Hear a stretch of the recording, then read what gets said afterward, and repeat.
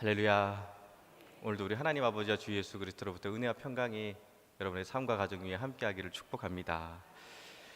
새 생명 축제가 여러분 시작되었습니다. 전도하고 계신가요? 아무런 대답이 없네요. 전도 이야기만 나와도 솔직히 우리 마음이 무거워집니다. 이유는 해야 한다는 당위성에 대해서는 너무나 잘 알지만 부담스럽고 쉽지 않습니다. 근데 여러분, 지난 전도 부흥회 때 강사 목사님 말씀처럼 전도함에 있어서 가장 중요한 것은요, 전도는 어렵다라는 편견의 틀을 깨는 겁니다. 사실 전도하는 것 자체는요 어렵지 않습니다. 얼마 전 목사님들과 북안교회에 전도 탐방을 다녀온 적이 있습니다. 인상적인 것은 우리는 얼마나 많은 사람을 인도했느냐에 관심을 갖습니다. 그런데 북안교회는요, 얼마나 많은 사람을 인도했느냐에 관심을 갖는 것이 아니라 얼마나 전도를 나갔느냐에 관심을 갖습니다. 그래서 일반적으로 우리는 보통 인도를 많이 한 사람을 시상을 합니다. 그런데 북안교회는 인도를 많이 한 사람이 아니라 전도를 많이 나간 사람을 시상을 합니다. 인도보다 중요한 것이 전도라는 것이죠. 한 사람을 교회로 데리고 와서 예배 드리게 하는 인도는 어렵지만, 교회 다니세요, 그냥 교회 한번 같이 가시죠 라고 하는 물어보는 전도는 어렵지가 않다라는 겁니다. 근데 곰곰이 생각해 보니 정말 그래요. 우리는 인도가 안 되었다고 지치고 낙심하고 좌절하고 포기하는데, 때를 얻든지 못 얻든지 우리는 그냥 믿음의 씨를 뿌리기만 하면 되는 겁니다. 잘하게 하시는 분은 오직 하나님이십니다. 우리는 심고 물만 주면 되는 겁니다. 인도가 안 되었다고 낙심할 필요 없고 마음 상할 필요 없습니다. 다만 우리에게 주어진 전도의 사명을 묵묵히 감당하고 있다면 그걸로 된 겁니다. 그래서 전도는 어려운 것이 아니라 쉽습니다. 다시 한번 물어볼게요. 전도하실 수 있으시겠어요? 네, 감사합니다. 그럼에도 불구하고 사실 참 전도합시다라고 하면요, 우리 머릿속에는 전도할 수 없는 여러 가지 이유들이 떠오릅니다. 직장 때문에, 아이가 어려서, 제 성격이 내성적이어서, 먹고 사는 것도 힘든데 사실 조금 살만해지면 그때 가서 할게요 등등으로 안 되는 이유들이 너무 많습니다. 그래서 저는 오늘 정말 도무지 전도할 수 없는 상황에서도 전도한 한 사람을 여러분에게 소개하고자 합니다. 그리고 도전하고자 합니다. 그 사람이 누구냐? 바로 바울입니다. 오늘 본문 12절 말씀입니다. 우리 12절 말씀 우리 같이 읽도록 하겠습니다. 12절입니다. 형제들아, 내가 당한 일이 도리어 복음 전파의 진전이 된 줄을 너희가 알기를 원하노라. 아멘. 오늘 말씀에 바울은 빌립보 교회 성도들을 향해서 내가 당한 일이 도리어 복음의 진전이 되었다라고 그렇게 말을 합니다. 그렇다면 여기서 바울이 당한 일이 뭘까요? 바로 감옥에 갇힌 겁니다. 다 아시다시피 빌립보서는 옥중서신입니다. 바울이 로마 감옥에 갇혀 있으면서 빌립보 교회에 쓴 편지입니다. 근데 바울은 오늘 말씀에서 자신이 감옥에 갇힌 것이 오히려 복음 전파의 기회가 되었다라고 말을 합니다. 여러분, 이상하지 않으신가요? 어떻게 감옥에 갇힌 것이 복음 전파의 기회가 될 수 있었을까요? 만약 여러분이 바울과 같은 처지에 있다면 어떠시겠습니까? 하나님, 나에게 복음 증거의 사명을 주시고는 이렇게 감옥에 갇히게 하시면 어떡합니까? 하고 하소연하실 수도 있을 것이고요. 하나님, 이게 뭔가요? 몸 바쳐 마음 바쳐 주님 위해 헌신한 결과가 고작 죄수가 되어 감옥에 갇힌 겁니까? 하고 분노에 빠질 수도 있을 겁니다. 또는 이제는 다 끝났습니다. 소망이 없습니다. 감옥에 갇혔으니 제가 이제 무엇을 할 수 있겠습니까? 하며 절망하거나 연민에 빠질 수도 있을 겁니다. 그런데 바울은요, 감옥 속에 갇혀 있는 자신의 모습 앞에 분노하거나 원망하지 않았습니다. 절망하거나 낙심하여 자기 연민에 빠지지도 않았습니다. 오히려 그 어려운 상황 속에서도 복음의 진전을 이루었다라고 고백을 합니다. 절망스럽고 원망스럽고 감옥에 갇혀 아무것도 할 수 없는 상황에서 바울은 오히려 고난 속에서도 나는 복음을 전했고 전한 그 복음으로 말미암아 하나님의 역사들이 나타나고 있다고 고백을 합니다. 나의 매임과 갇힘이 오히려 하나님이 일하실 수 있는 기회가 되었다고 자랑합니다. 사랑하는 여러분, 바울은요, 사람을 인도할 수 없었습니다. 감옥에 갇힌 죄수가 어떻게 교회로 사람을 인도할 수 있었겠습니까? 그런데 바울은요, 전도할 수는 있었습니다. 그래서 전했는데 그 전한 복음으로 말미암아 놀라운 역사들이 감옥 안에서 일어나게 되었다는 겁니다. 우리는 자꾸 내가 무엇을 가지고 있고 무엇을 할 수 있느냐에 관심을 가집니다. 그런데 주님은요, 지금 이 모습 그대로 괜찮다고 하십니다.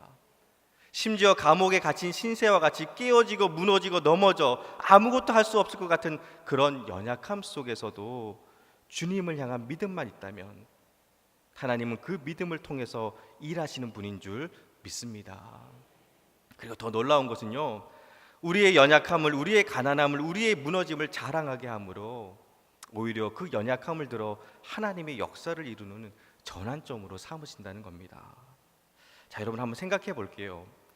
사람들이 예수님 믿을 때 뭐 때문인데 믿는지 아세요?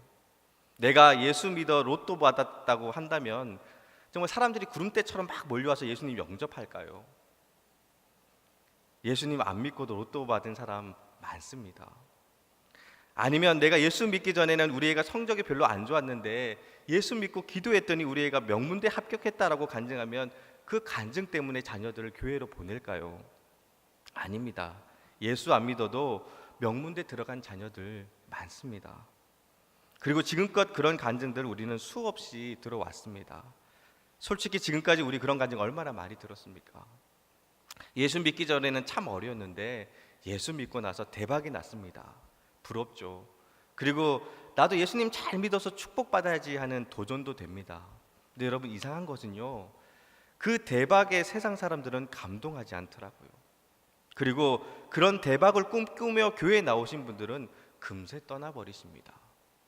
오히려 이렇게 힘들고 이렇게 망하고 이렇게 처절하고 이렇게 아픈데 포기하지 않고 도망치지 않고 그 절망 속에서도 하나님 사랑합니다, 하나님 감사합니다 하며 울며 기도하고 찬양하는 그 기도와 찬양 속에서 세상 사람들은 감동받고 같이 눈물 흘리며 네가 믿는 예수 나도 한번 믿어보고 싶다라고 하는 것입니다. 여러분, 우리 앞에 대로가 열려야 하나님이 우리를 쓰실 수 있는 것이 아닙니다. 꼼짝할 수 없는 감옥 속에 갇혀도 복음의 진전은 일어나는 겁니다. 가끔 어떤 집사님 권사님들이 이런 이야기를 하세요. 목사님 참 부끄럽지만 저희 집은 예수 믿고 더 어려워졌어요. 하던 사업도 망하고 자녀들은 대학 떨어지고 거기다 병까지 얻어서 덕이 안 됩니다. 그래서 다른 사람들 보기 부끄러워서 전도를 못 하겠어요 라고 말하시는 분이 계십니다. 근데 아닙니다.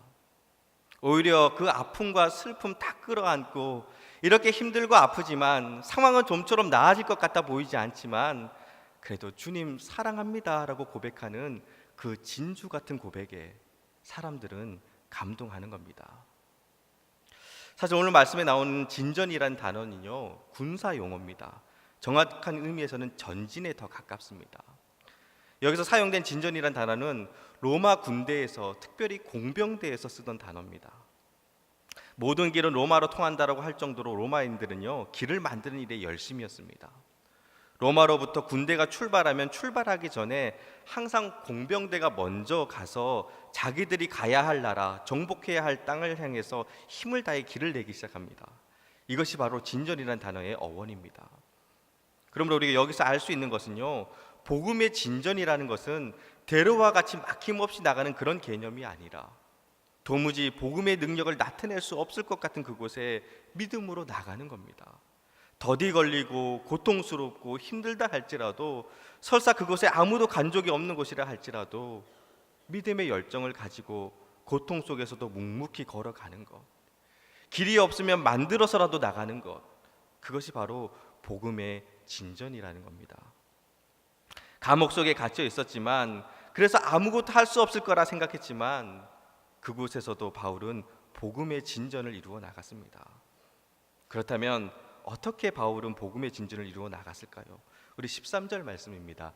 우리 13절 말씀 같이 읽도록 하겠습니다. 13절입니다.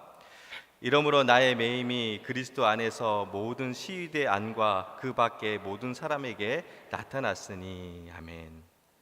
말씀을 보면 바울은 시위대 안에 갇혀 있다고 전하고 있습니다. 여기서 시위대란 로마의 황제를 지키는 경호대를 뜻합니다. 로마 황제는 늘 적들의 위협 속에 살다 보니까 불안하다 보니까 자기를 지켜줄 경호대를 만들었는데 그 경호대의 이름을 시위대라고 했습니다. 그 시위대의 규모는요, 역사의 문헌에 의하면 대략 9천 명에서 12,000명 정도, 평균 10,000명 정도의 경호대 대원들이 있었다고 합니다. 이들은 로마의 군인 중에서도 최고의 엘리트들만 뽑았습니다.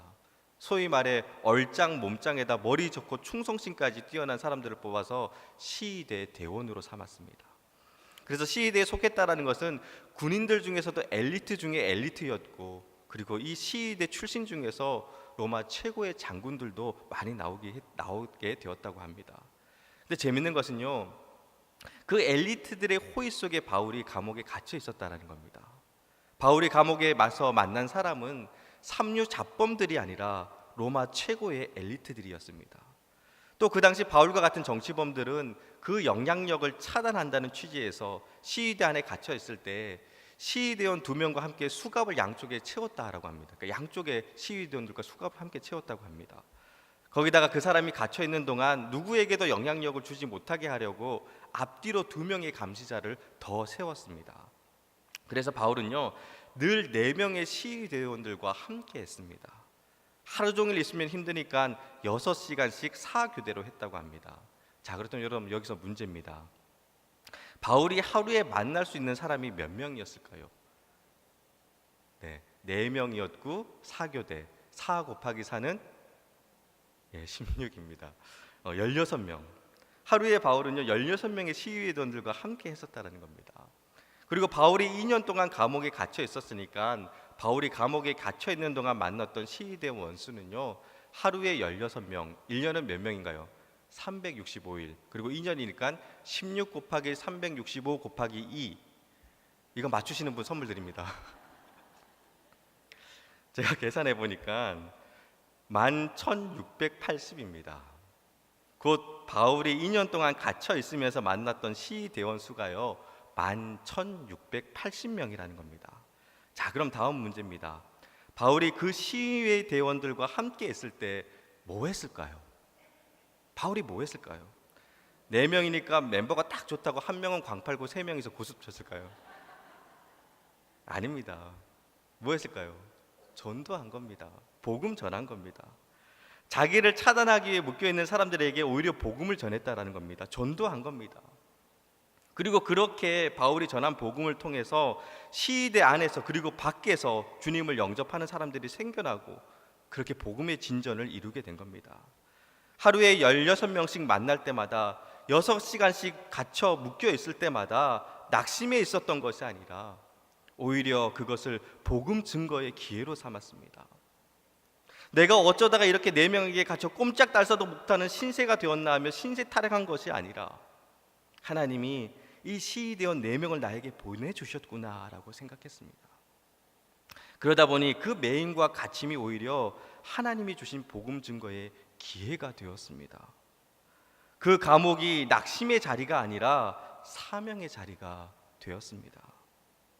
사랑하는 여러분, 이것이 바로 믿음의 능력이고요, 바로 이것이 세상이 감당치 못하는 믿음입니다.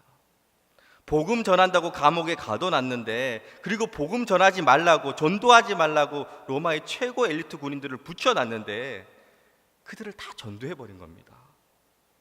바울은 자신이 당한 고난과 시련을 하나님의 역사가 이루어지는 출발점으로 바꾸어 버린 겁니다. 고난과 어려움 속에서도 바울은 복음의 진전을 이루었습니다. 오늘 말씀을 준비하면서 생각난 일화가 하나 있는데요. 여러분, 제가 생긴 것과는 달리 초등학교 때 공부를 굉장히 못했습니다. 안 믿으시죠? 예, 초등학교 때 공부를 잘 못했습니다. 정확하게 말하면 한글을 늦게 깨우쳤습니다. 저희 어머니 말로는 7살 때까지 제가 제대로 말을 못했다고 합니다. 근데 지금 이렇게 말을 잘합니다, 제가. 그러다 보니 초등학교 3학년 때까지 받아쓰기를 하면요, 맨날 나머지 공부를 하는 겁니다.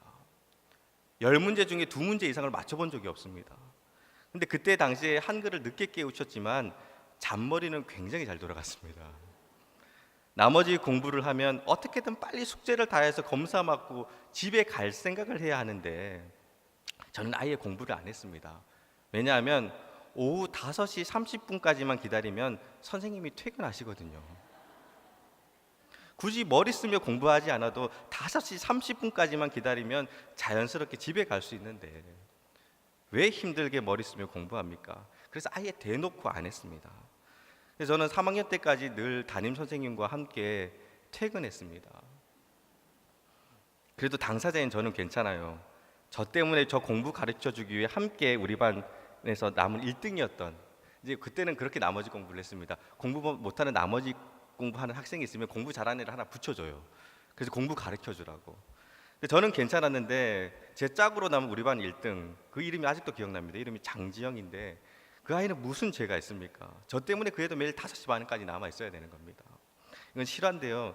나중에 저희 집에 와서 저희 어머니 아버지 앞에서 저 때문에 자기도 매일 집에 늦게 가서 속상하다고 울었습니다. 그래서 저희 어머니가 과자 사갖고 달래갖고 이렇게 보냈어요. 자, 근데 여러분, 제가 그렇게 나머지 공부하면서, 그렇게 늦게까지 나머지 공부하면서 뭐 했을까요?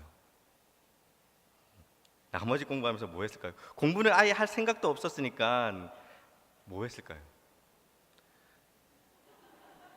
전도했습니다. 제가 이렇게 신실합니다, 여러분. 보기와는 다르게 공부 가르쳐주고 같이 하는데 그 친구 계속 전도한 겁니다. 야, 이번 주에 교회 한번 나가자. 이번 주 달란트 잔치 하는데 같이 가자. 내가 미안하니까 한 통 쏠게. 삭개오 이야기, 탕자 이야기, 어설프게 주일학교 때 들었던 성경 말씀을 이야기해 주었습니다.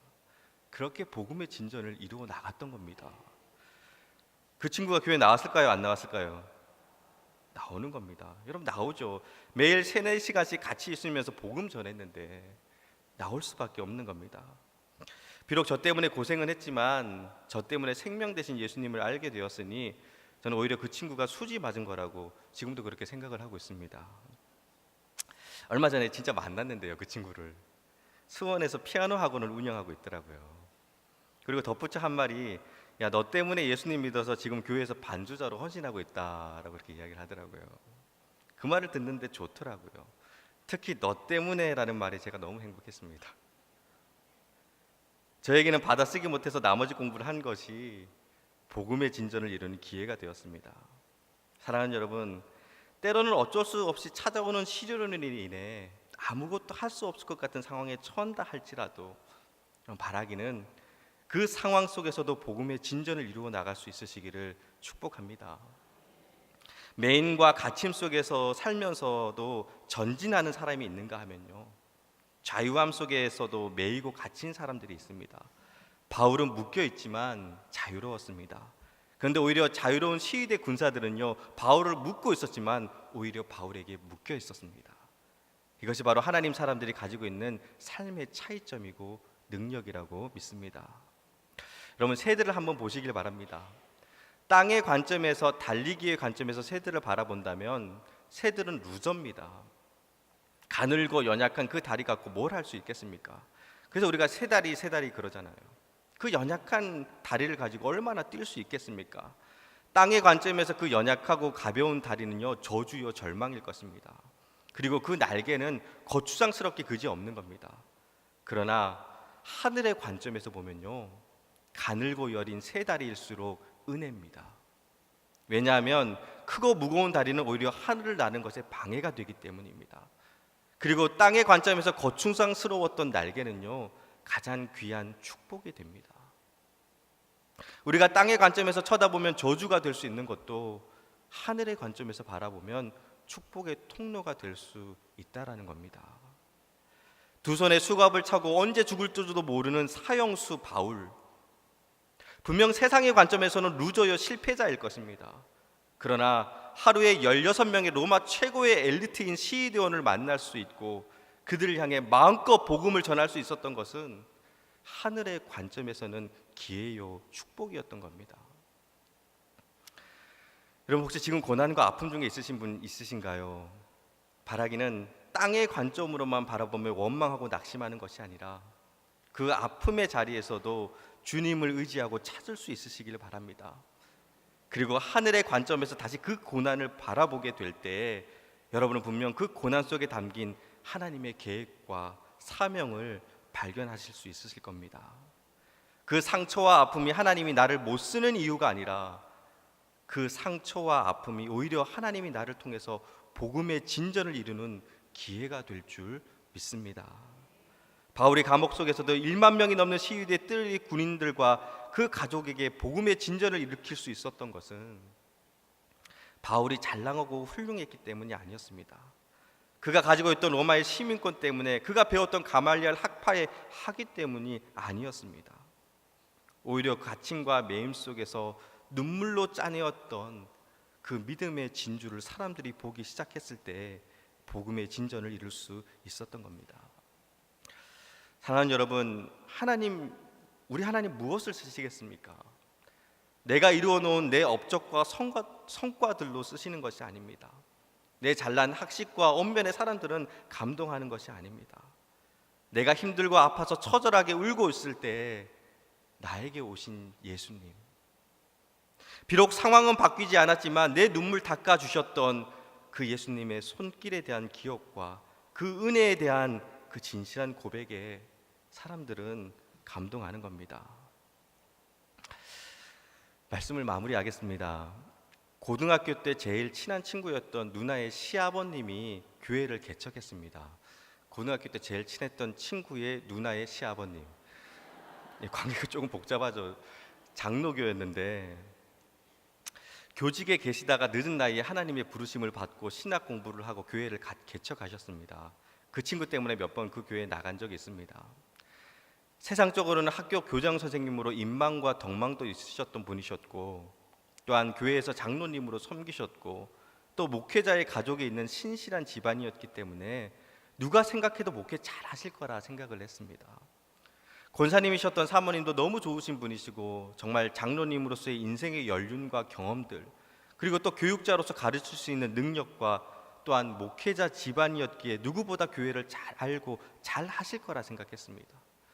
근데 목회가 그렇게 어려웠습니다. 너무너무 힘들었어요.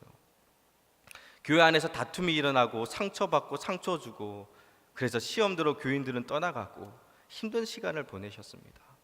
그 힘든 시간 가운데 그 힘든 시간을 보내시다가 말기 암 환자라는 진단을 받게 됩니다.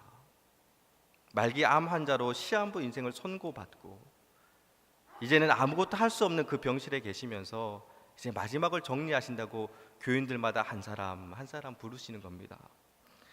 예전에 목사님과 갈등이 있어서 교회를 나가신 분들, 그래서 더 이상 신앙생활 하지 않고 있는 분들 다 불러서 이 목사가 못나서 생긴 일이니 용서해달라고 용서를 구하시고, 이제 천국 갈 날 앞두고 있는 목사의 마지막 소원이니 다시 교회 나오라고 이야기하시며 그 용서를 구하는 모습 앞에 목사님 제가 잘못했습니다 하고 오히려 눈물 흘리며 회개하시고 그렇게 다시 교회를 출석하시는 열매들이 일어나기 시작했습니다. 그리고 교회 안에서 갈라지고 싸우고 분쟁하시는 집사님 불러서 내 가기 전 마지막 소원이 있는데 두 사람 손잡고 웃으면서 예배드리는 모습 보고 싶다 하며 두 집사님 손잡고 눈물로 기도하실 때 그 두 분이 거기서 부둥켜 안고 서로에게 용서를 구하는 회복의 역사가 일어나기도 하고, 또 깨어지고 갈라진 부부 불러서 어떤 일이 있어도 서로 사랑하며 살기를 권면했을 때 두 사람이 목사님 앞에서 이제 서로 사랑하며 살겠다고 결단하는 아름다운 일들이 일어나는 겁니다.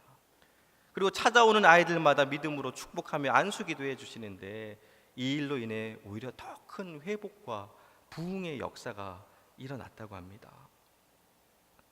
그 목사님 장례식 치르던 날 그 교회 장로님 한 분의 송별사를 하셨는데요, 잊을 수 없는 송별사를 하셨습니다. 말기 암 환자로 힘없고 병들어 죽어갈 때도 하나님이 얼마나 아름답게 쓰시는지 보여주신 우리 목사님은 가장 절망적이고 힘들 때 가장 위대하신 분이었습니다. 이제 우리도 그렇게 살겠습니다 라고 고백하시는 장로님의 모습을 보면서 모든 성도들이 참 많은 눈물을 흘렸습니다. 사랑하는 성도 여러분, 진정 복음의 능력 있는 삶이란 무엇일까요? 복음의 진전 어디서 나타나는 것일까요?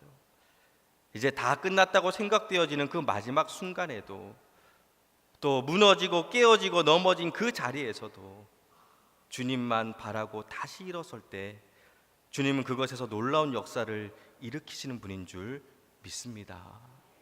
아프신가요? 약하신가요? 힘드신가요?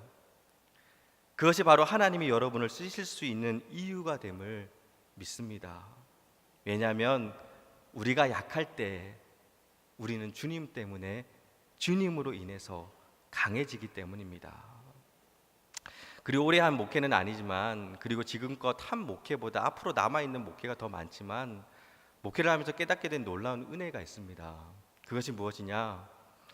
주님, 나는 약합니다. 그래서 주님이 필요합니다. 라는 고백입니다. 그 고백하면서 나가다 보면 복음의 진전이 이루어집니다. 아무것도 할 수 없을 것 같은 감옥에서도 복음의 진전을 이루었던 바울은 한없이 약한 존재였습니다. 하지만 하나님은 그 고난의 시간을 통해서 로마 전체를 복음화시키는 출발점으로 삼으셨습니다. 다 끝난 것 같은 곳에도, 아무런 희망이 보이지 않는 상황 속에서도 주님, 나는 약합니다. 그러나 이런 나라도 주님 써주신다면 감사합니다라고 고백하며 나갈 때 그 약함을 통해서 하나님의 놀라운 역사가 시작되게 될 줄 믿습니다.